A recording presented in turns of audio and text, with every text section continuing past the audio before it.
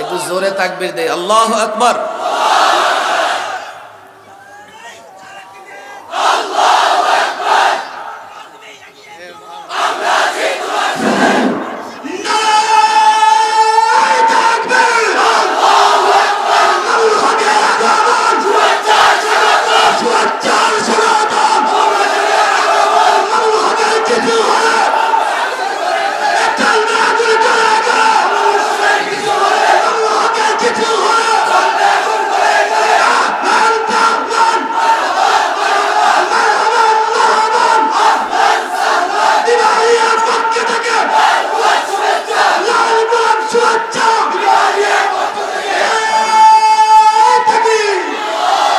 মসজিদকে শহীদ করে দিয়ে তারা এখন কোর্ট থেকে রায় বের করেছে যে বাবরি মসজিদের নিচে মন্দির ছিল। 500 বছর আগে মন্দির ছিল কিনা এটা ওরাও কিন্তু জানে না।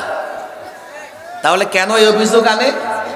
এই অভিযোগ আনার মধ্যে তারা এই মেসেজ দিয়ে দিচ্ছে যে আমরা শুধুমাত্র বাবরি মসজিদকে শহীদ করেছি, এর মানে আমরা ক্লান্ত হয়ে গেছি এমন নয়।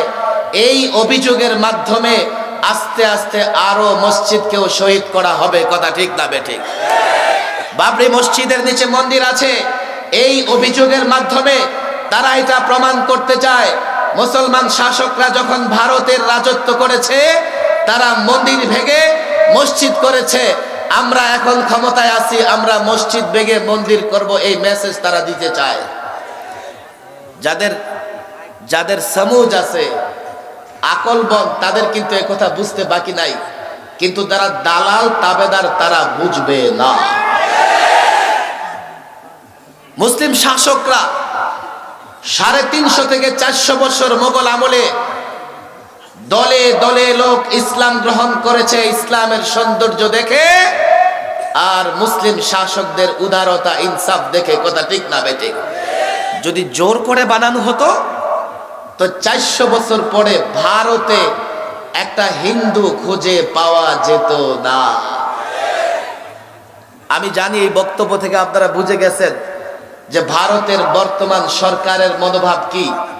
আমি বলি, যখন আমরা বুঝতে পারলাম ভারতের বর্তমান সরকারের মনোভাব হচ্ছে ভারতে মুসলমানদের কোণঠাসা করে হিন্দুদের উপর নির্যাতন হয়, এই অভিযোগে বাংলাদেশে আক্রমণ করবে, বাংলাদেশের কোনো মানুষ, দেশপ্রেমিক কোনো মানুষ, দেশপ্রেমিক সরকার এই ভারতের বর্তমান সরকারকে সমর্থন করতে পারবে?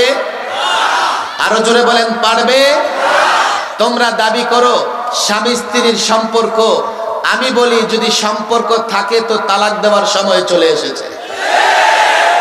যদি এখনো তালাক না দাও তাহলে বুঝতে হবে এই দেশে আর বাসর করবার সুযোগ হবে না, তোমাদেরকে ধরে দেশ ছাড়া করা হবে।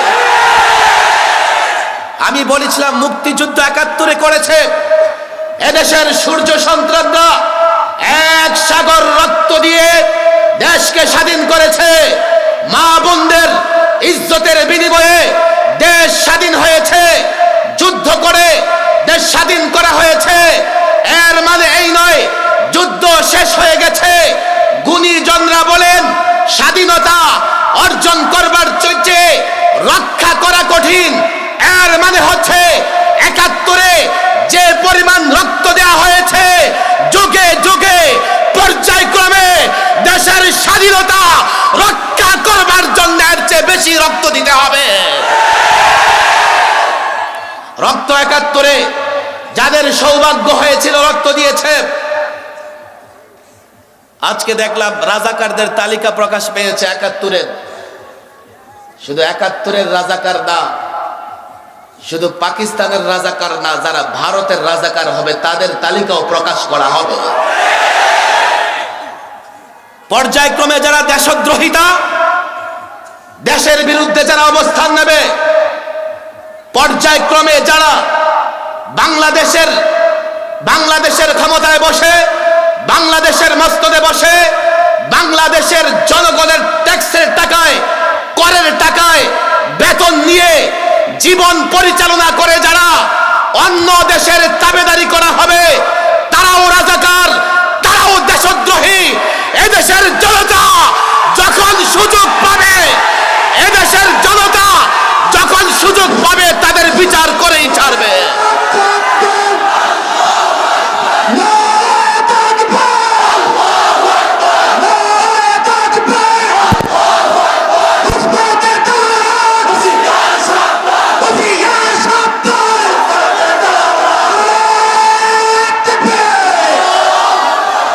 আমি বক্তব্য শেষ করে দিব,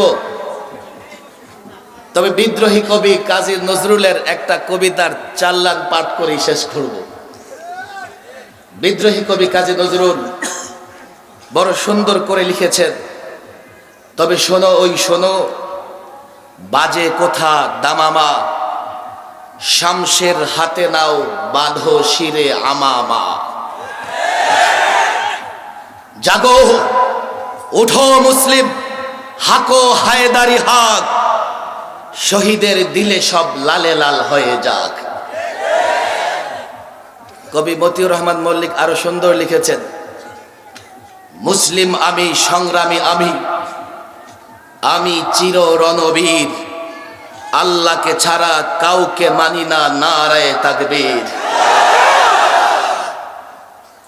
কে সে কহে আমি বেশে গেছি আজ মিথ্যার সয়লাবে, কে সে কহে আমি ভেসে গেছি আজ মিথ্যার সয়লাবে, শক্তি আমার দেখিও আবার বাজবে দামামা জবে।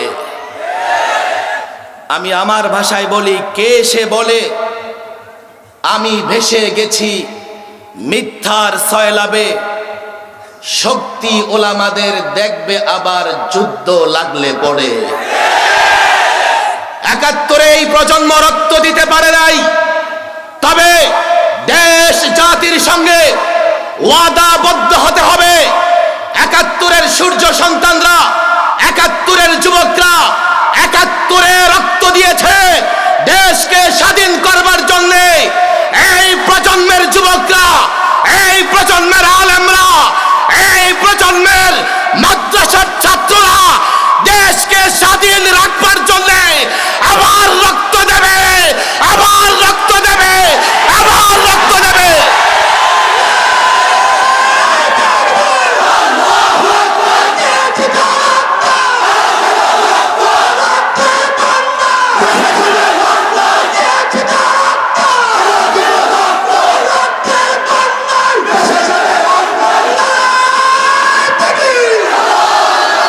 আমাদের দেশ প্রেমের পরীক্ষা তোমাদের কাছে দিতে হবে না।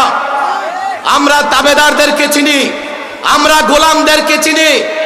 এই ভারতের তাবেদার শুনে রাখো, কান খুলে শুনে রাখো, মাত্র 10 ভাগের নিচে মুসলমান গোটা ভারত শাসন করেছে। ভারত, পাকিস্তান, আফগানিস্তান, বাংলাদেশ যখন মুসলমানরা শাসন করে সংখ্যার অনুপাতে মাত্র 10 ভাগ। এখন বাংলাদেশে আছে 17 কোটি, পাকিস্তানে আছে 20 কোটি, ভারতেও আছে 35 থেকে 40 কোটি। মুসলমান সংখ্যার বিচারে লড়াই করে না, কিন্তু এতটুকু স্মরণ করিয়ে দিতে চাই, যদি মনে করো এনআরসি করে, নাগরিকত্ব বিল করে মুসলমানদেরকে নিশ্চিহ্ন করে দেবে, আবার হায়দারি তলোয়ার জাগবে, আবার বদ্রি তলোয়ার জাগবে। রব্বে কাবার কসম করে আল্লাহর উপর ভরসা করে বলছি, ভারত থেকে ইসলামকে নিশ্চিহ্ন করতে চাও, সেই ভারতে ইসলামের পতাকা উড়বে, উড়বে, উড়বে।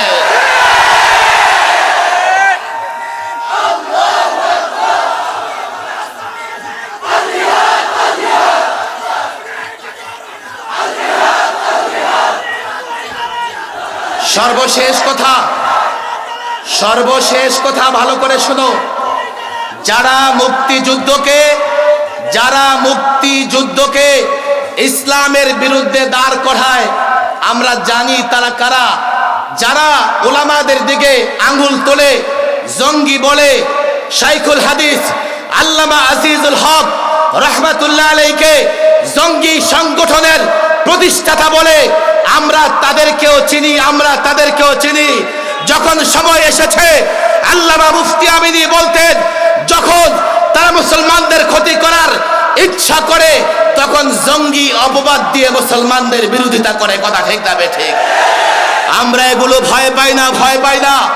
যতই তোমরা জঙ্গি আর সন্ত্রাসী বলো, দেশের প্রয়োজনে রক্ত দিতে হলে সবার আগে ওলামায়ে কেরাম দিবে। আল্লাহ পাক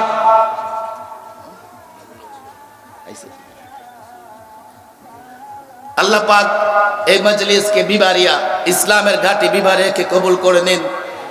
বন্ধুগণ, হযরত মাওলানা মামুনুল হক সাহেব চলে এসেছেন। এরপরে আমাদের আরেক সিংহ পুরুষ হযরত মাওলানা জুনায়েদ বাবনগরী সাহেব আসতেছে।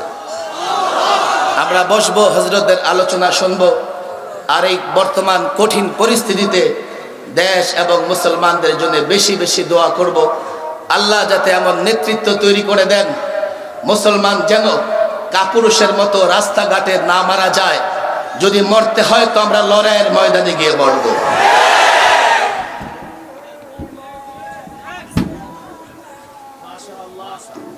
আলহামদুলিল্লাহ, আল্লামা মামুনুল হক তারুণ্যের অহংকার